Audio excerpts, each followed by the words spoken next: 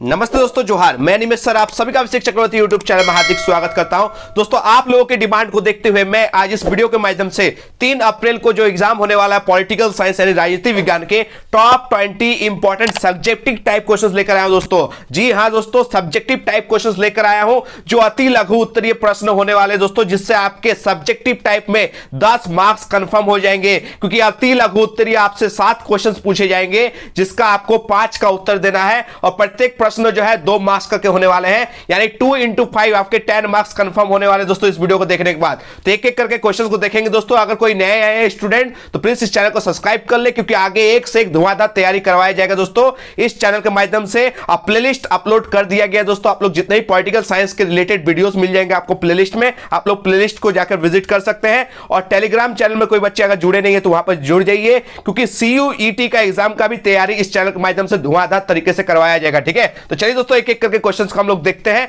देखिए, question number 5 से start होने वाला है क्वेश्चन नंबर 25 तक। ठीक है, यानी क्वेश्चन नंबर 5 को आप लोग एक नंबर सोचिए। ठीक है, तो क्वेश्चन नंबर 5 में क्या दिया गया देख सकते हैं दोस्तों।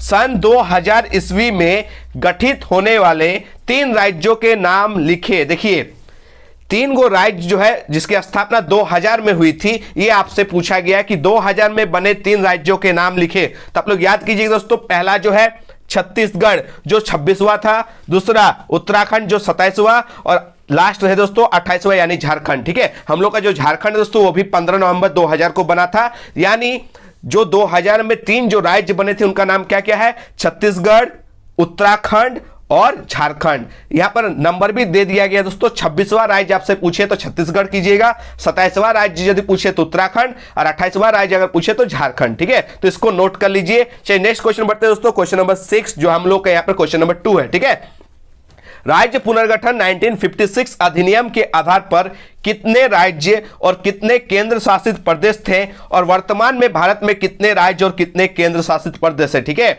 यानी 1956 में जब बना था अधिनियम तब कितने राज्य और कितने केंद्र शासित प्रदेश थे और अभी रिसेंटली में कितना है। ठीक है, तो देखिए इसका आंसर लिखा गया है कि राज्य पुनर्गठन 1956 अधिनियम के आधार पर 14 राज्य और 6 केंद्र शासित प्रदेश थे।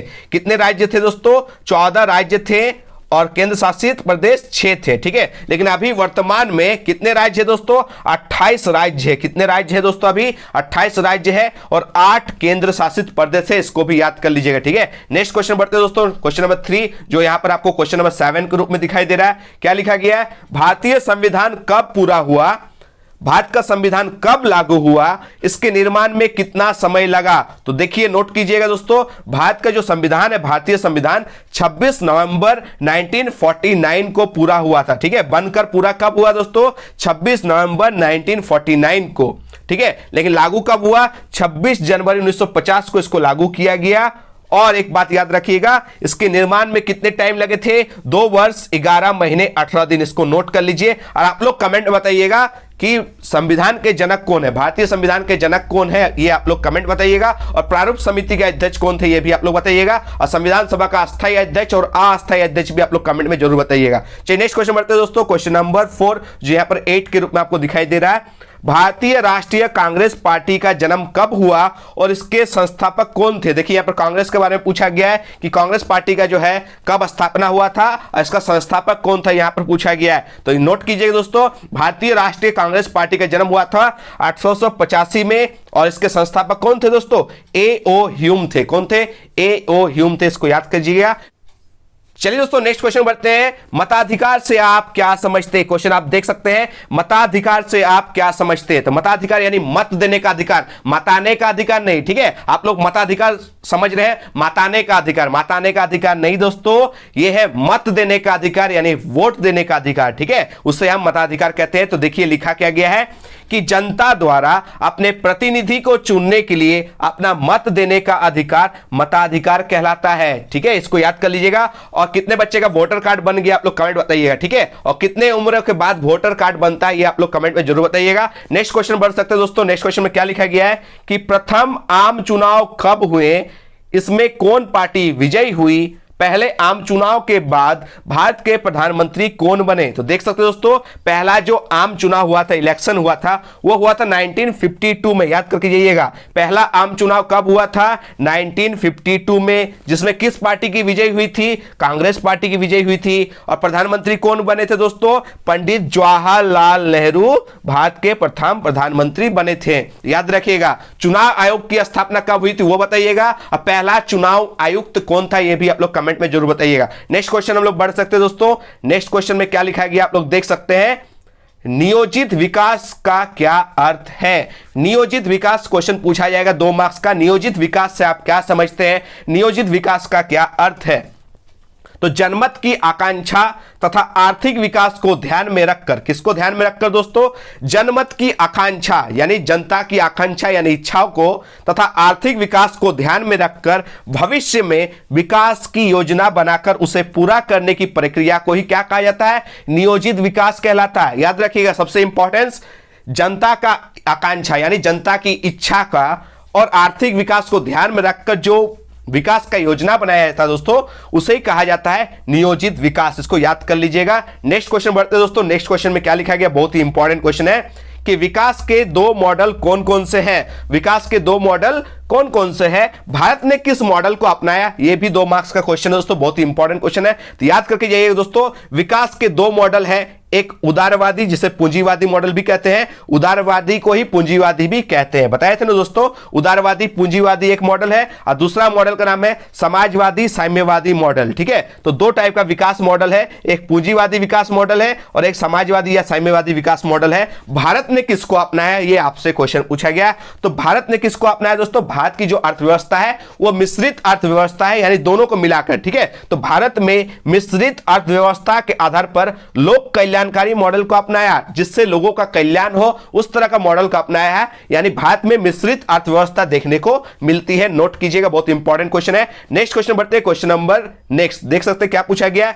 योजना आयोग का किस वर्ष उन्मूलन कर दिया गया और इसके स्थान पर किस आयोग का गठन किया गया? देखिए, योजना आयोग पहले था, ठीक है, जिसको उन्मूलन यानी हटा दिया गया, निरस्त कर दिया गया, उसके जगह पर एक नया नाम दिया गया। ठीक है, तो याद रखिएगा वर्ष 2014 में, कब? वर्ष 2014 में योजना आयोग का उन्मूलन कर दिया गया, दैट मींस इसको निरस्त कर दिया, हटा दिया गया और इसके स्थान पर नीति आयोग का गठन किया गया। इसको याद करके जाइएगा। यानी ये जो योजना आयोग है, इसके अध्यक्ष कौन होते हैं? प्रधानमंत्री जी होते हैं। ठीक है, जो योजना आयोग कब बने थे? 1950 में बने थे, तो इसको 2014 में निरस्त कर दिया, हटा दिया गया और इसके जगह पर एक नया नाम दिया गया दोस्तों, नीति आयोग। ठीक है, इसको याद करके जाइएगा। नेक्स्ट क्वेश्चन देखते हैं दोस्तों। Question number next, NITI Aayog का गठन कब हुआ और इसके अध्यक्ष कौन है?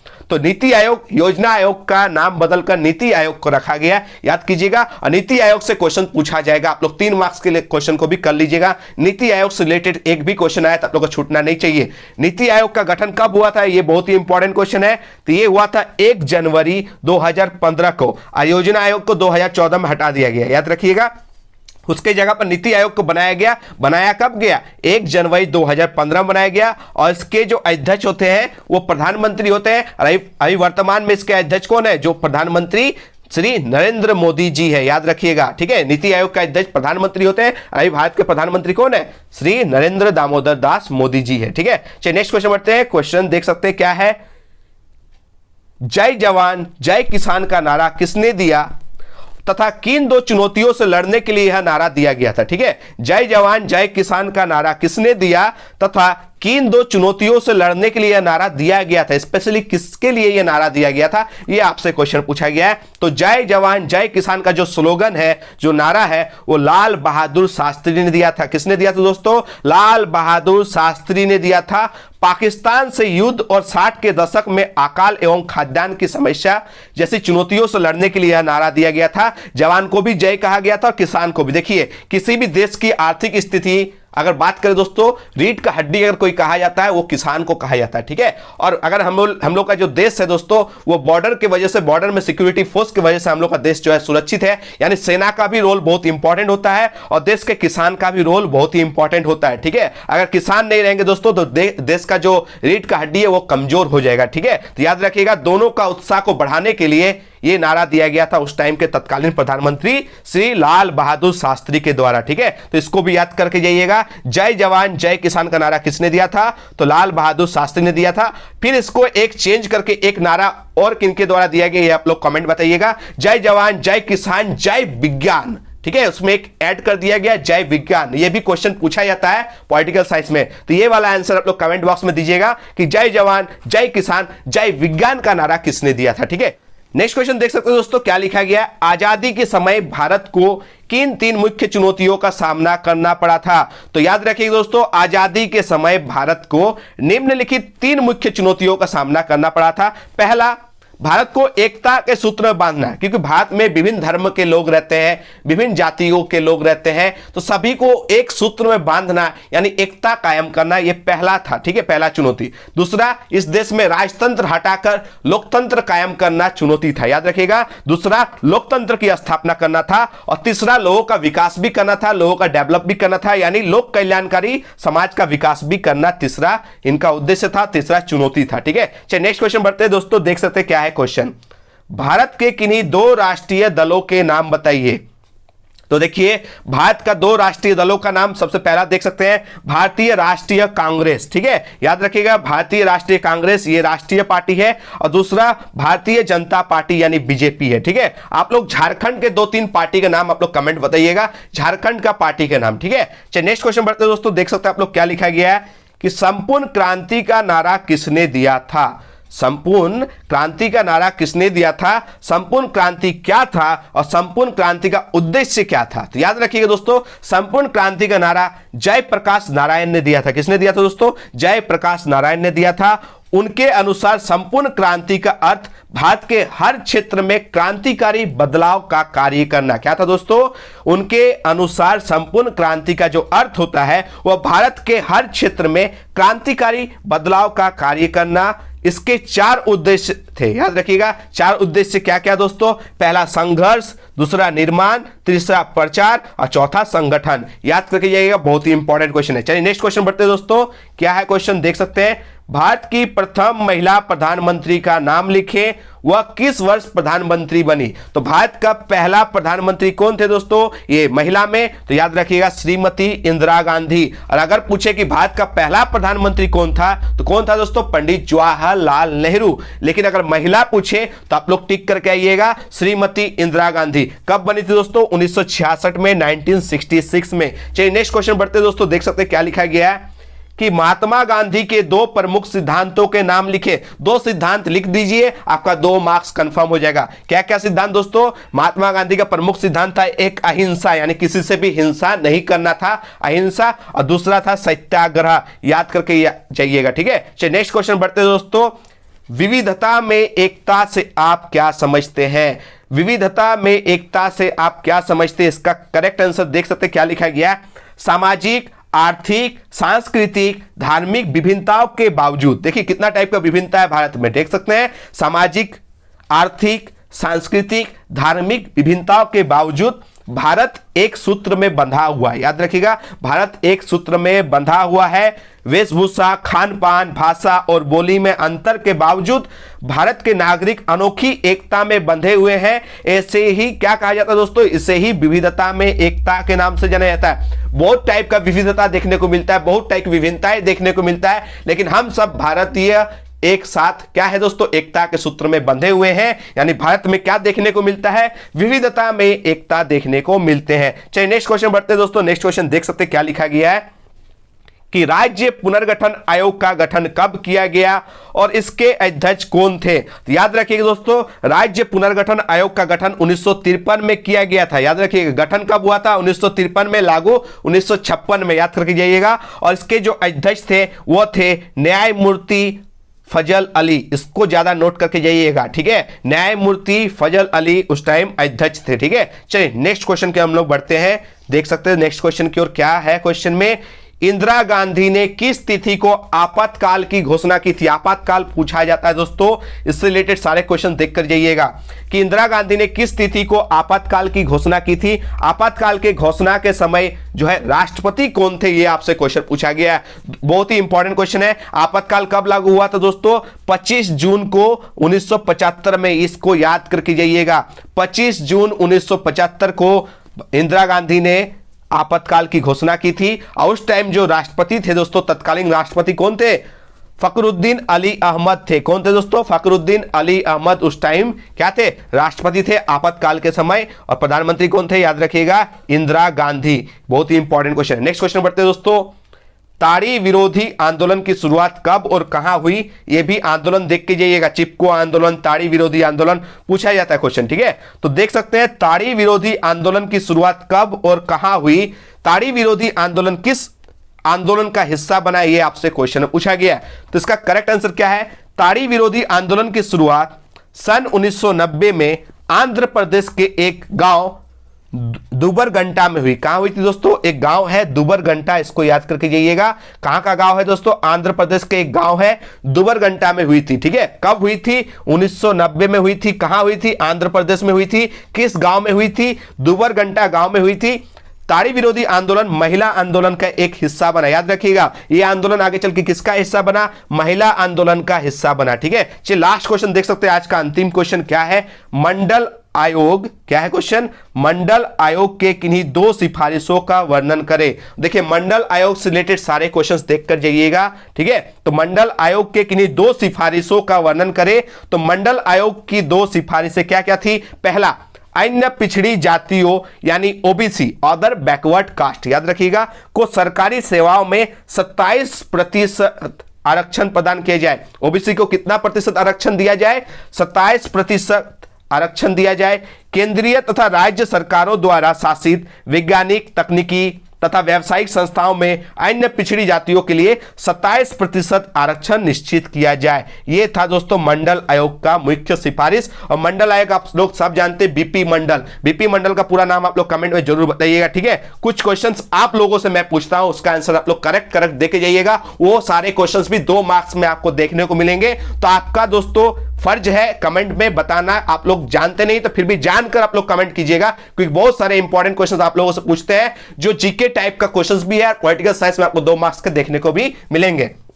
पहला क्वेश्चन दोस्तों, भारत के पहले राष्ट्रपति, ठीक है, सुनिएगा। जो 5 क्वेश्चन शुरू में मैं वीडियो में नहीं बताया, डायरेक्ट क्वेश्चन नंबर 5 से बताया, क्योंकि क्वेश्चन 1 से लेकर क्वेश्चन 5 आप लोगों के लिए है, इसलिए मैंने नहीं बताया, ठीक है। यानी 1 से 5 तक क्वेश्चन मैंने नहीं बताया था, क्वेश्चन नंबर 5 से डायरेक्ट मैंने बताया था, क्योंकि 1 से लेकर जो क्वेश्चन नंबर 5 है वो मैं आप लोगों से पूछने वाला हूं। पहला क्वेश्चन सुनिए, भारत के पहले राष्ट्रपति तथा वर्तमान राष्ट्रपति का नाम लिखिए। देखिए भारत का वर्तमान राष्ट्रपति अभी कौन है, रिसेंटली में कौन है, उसे वर्तमान कहते हैं। और भारत का पहला यानी भारत में जब पहला राष्ट्रपति बना था उनका नाम लिखिए, ठीक है। क्या? भारत का पहला राष्ट्रपति और अभी वर्तमान में भारत के राष्ट्रपति कौन है, दोनों का नाम आप लोग कमेंट में लिखिए। नेक्स्ट क्वेश्चन सुनिए, भारत के प्रथम प्रधानमंत्री कौन थे और वर्तमान में भारत के प्रधानमंत्री अभी कौन है, यह भी आप लोग कमेंट में दीजिए। 2 क्वेश्चन है, 2 मार्क्स के आपके क्वेश्चन पूछा जा सकता है, इस तरह क्वेश्चन पूछा जाता है। तीसरा क्वेश्चन सुनिए, भारत के प्रथम गृह मंत्री कौन थे, यानी होम मिनिस्टर, और अभी वर्तमान में भारत में गृह मंत्री कौन है, यह भी आप लोग कमेंट में जरूर बताइए। चौथा क्वेश्चन सुनिए, भारत के प्रथम उपराष्ट्रपति कौन थे और वर्तमान में भारत में अभी उपराष्ट्रपति कौन है, यह भी आप लोग कमेंट में बताइए, ठीक है। तो ये सारे क्वेश्चंस आप लोग कमेंट में जरूर बताइएगा। ये सारे इंपॉर्टेंट क्वेश्चन है। आशा करते हैं ये सारे क्वेश्चंस आपको बहुत ही ज्यादा इंफॉर्मेटिव लगा, लाभदायक साबित हुआ। और अगर आप लोग नेक्स्ट वीडियो चाहते हैं सब्जेक्टिव टाइप के, कमेंट बताइए। और क्या क्या किस किस टॉपिक पे आप लोग वीडियोस चाहते हैं वो कमेंट बताइएगा। और टेंशन मत लीजिए, पॉलिटिकल साइंस का आज 3 वीडियोस अपलोड किया गया है, प्लेलिस्ट में जाकर देख सकते हैं। प्लेलिस्ट में सारे वीडियोस को अपलोड किया जा रहा है, आप लोग प्लेलिस्ट विजिट कीजिए और देखिए, ठीक है। और आप लोग का जो भी डिमांड है कमेंट बॉक्स में बताइएगा। मिलते दोस्तों एक नए धाकड़ वीडियो के साथ। धन्यवाद, जय हिंद, वंदे मातरम।